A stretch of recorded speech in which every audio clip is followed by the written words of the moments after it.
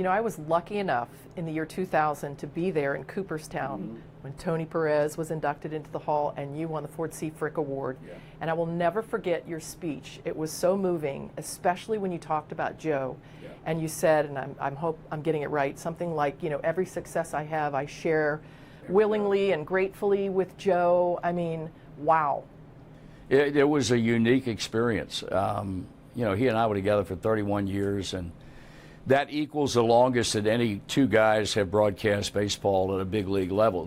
Vin Scully and Jerry Doggett with the Los Angeles Dodgers were together for 31 years, and Joe and I were. And with each passing year, he and I got closer and closer and closer together. And we knew each other so well that I could stop a sentence in the middle of it and he could finish it, and vice versa.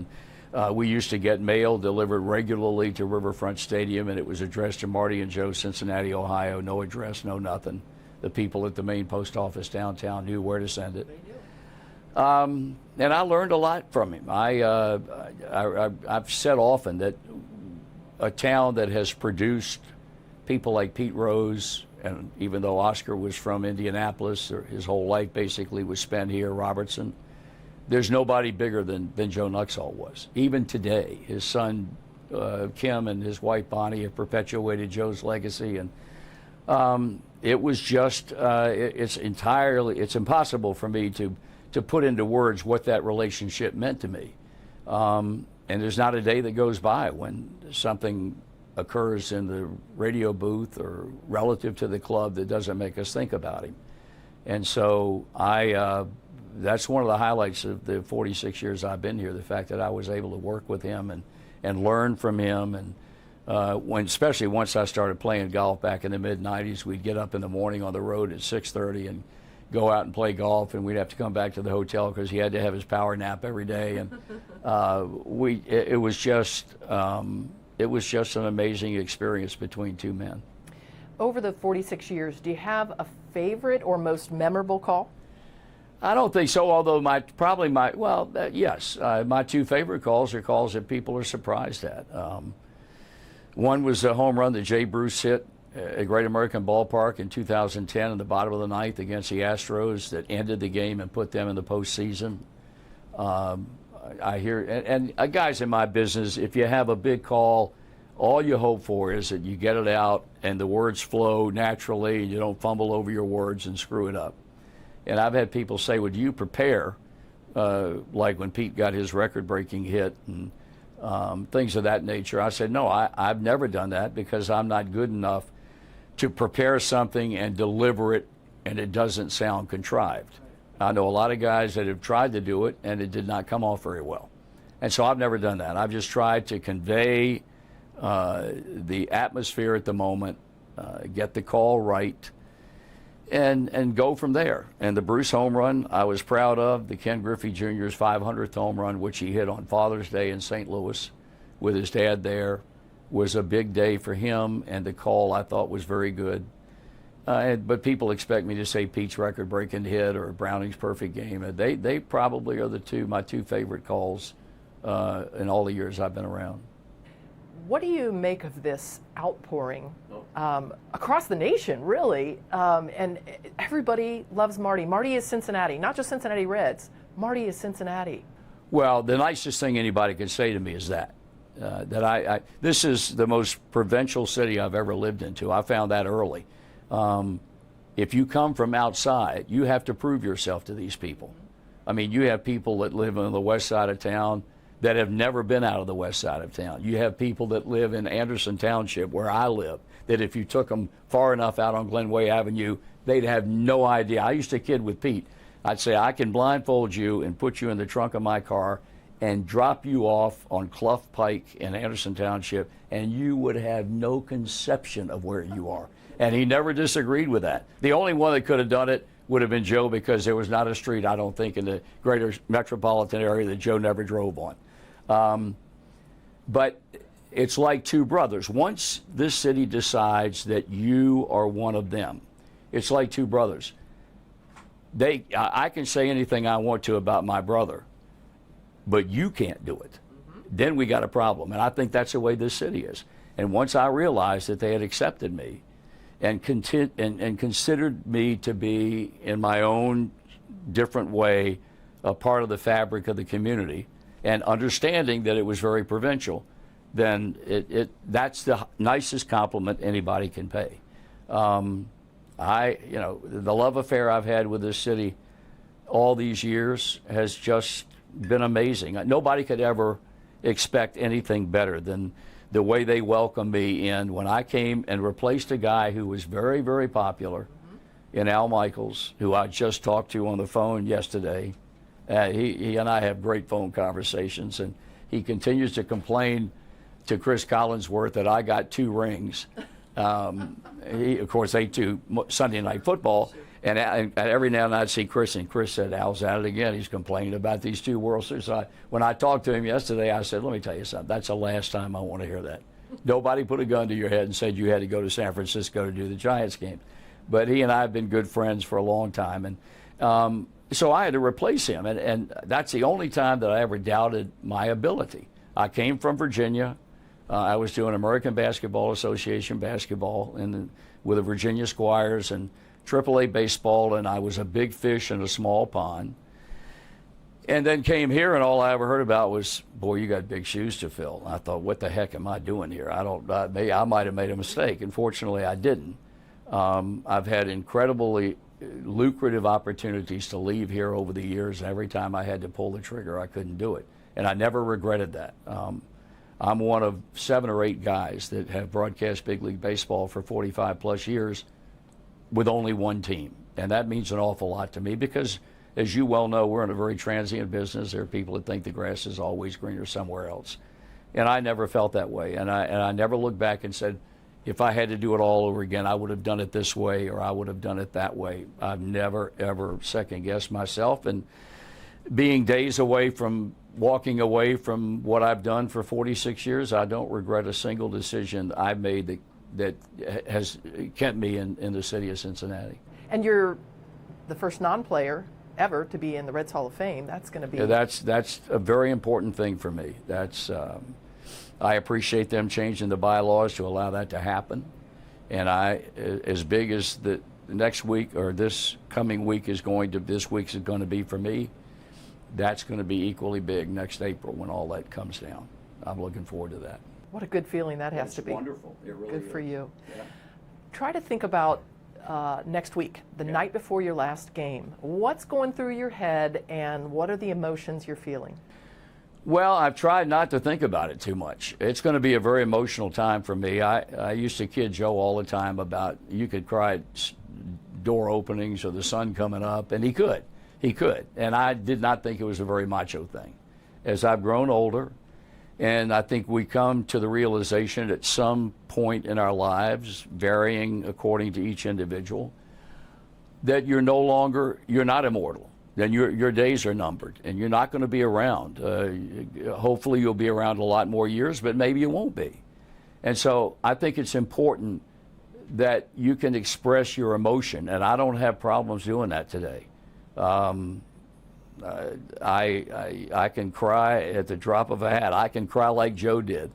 And I never thought that. And I think it's the most macho thing a man can do, is to express his true feelings about people, about events, about whatever it might be that really touches you. What's next for Marty Brennaman after baseball? Well, thank God for Amanda Brennaman. It's been, I hit the jackpot on the 3rd one. And it's hard to put into words what she's meant to me and how if she thinks I'm wearing my rear end on my shoulders about anything, she will dress me down in no uncertain terms. And she keeps me on the straight and narrow, and she's not going to allow me to sit around and do nothing. I think the worst thing you can do is retire without some sort of plan. It might be a loose plan, but you have to have an idea. My dad retired, and 3 years later he was gone because he sat around all day. And I think I'm in good health. And so, we're going to travel some. We already have a trip planned to the Mediterranean next May.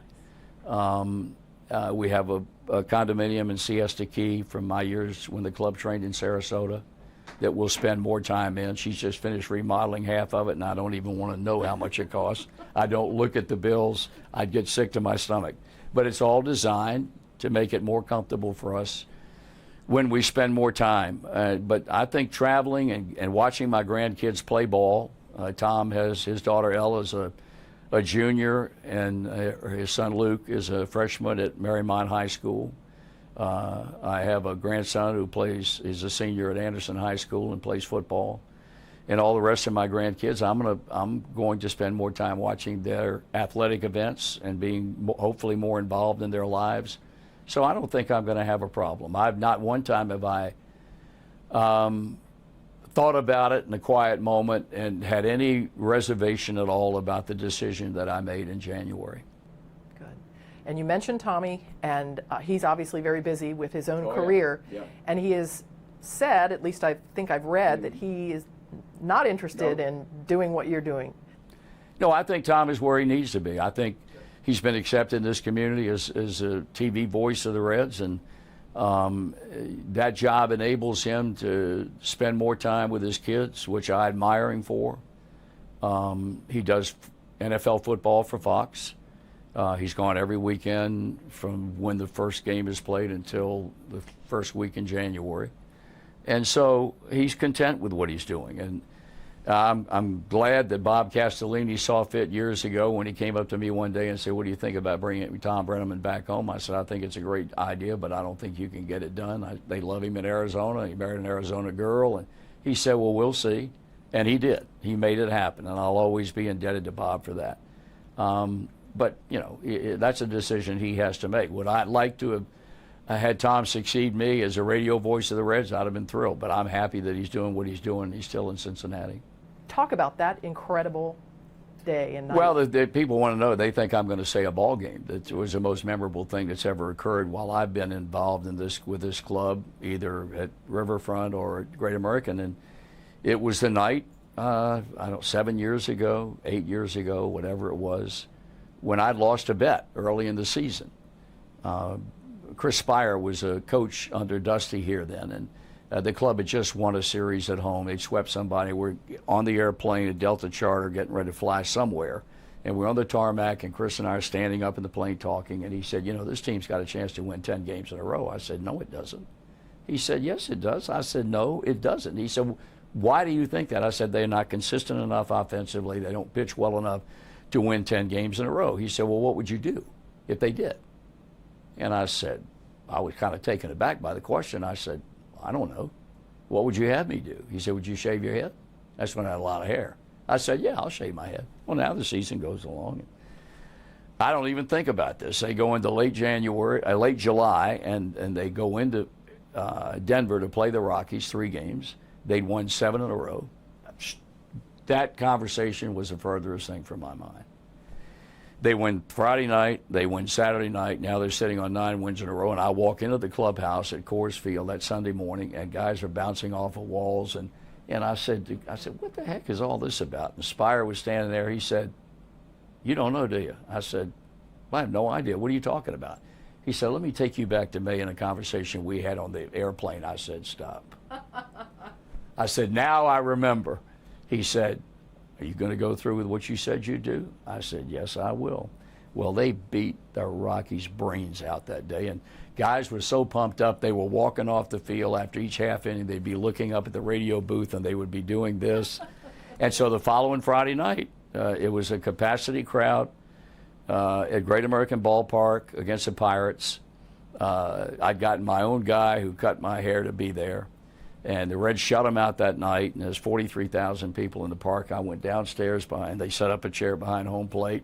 They put the wrap on me, and he proceeded to shave my head. And going back a number of days, a friend of mine, John Burns, on the Monday or Tuesday of that week, called me and said, "I got to tell you something." I said, "What's that?" He said, "I was over at Children's Hospital today seeing some kids that were sick and were being treated." And he said a couple of the kids had a T-shirt on that said, "I'm still me." And the T-shirt reflected upon the fact that kids can be very cruel. And they see a kid with no hair, and they say some very nice, not so nice things. And that was the essence of those words on that shirt. He said, would you wear that shirt under your Reds jersey that night? I said, yeah. So I put the T-shirt on, and the club, actually it was a celebration of my 70th birthday that had occurred while we were on the road. And so I had a Reds jersey that had my name on the back and had 70 on it. And we go down, I get my head shaved, and when I got up, there were 3 little girls there from the Dragonfly Foundation. I'd never heard of the Dragonfly Foundation. And I took my Reds jersey off, and I had the T-shirt on, and they did too. And I went up.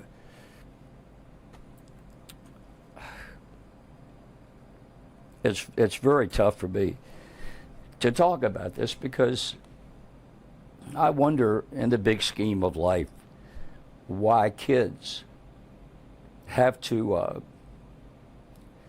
spend years and years and years in the hospital. They don't know any different. And I think 2 of these little girls are gone.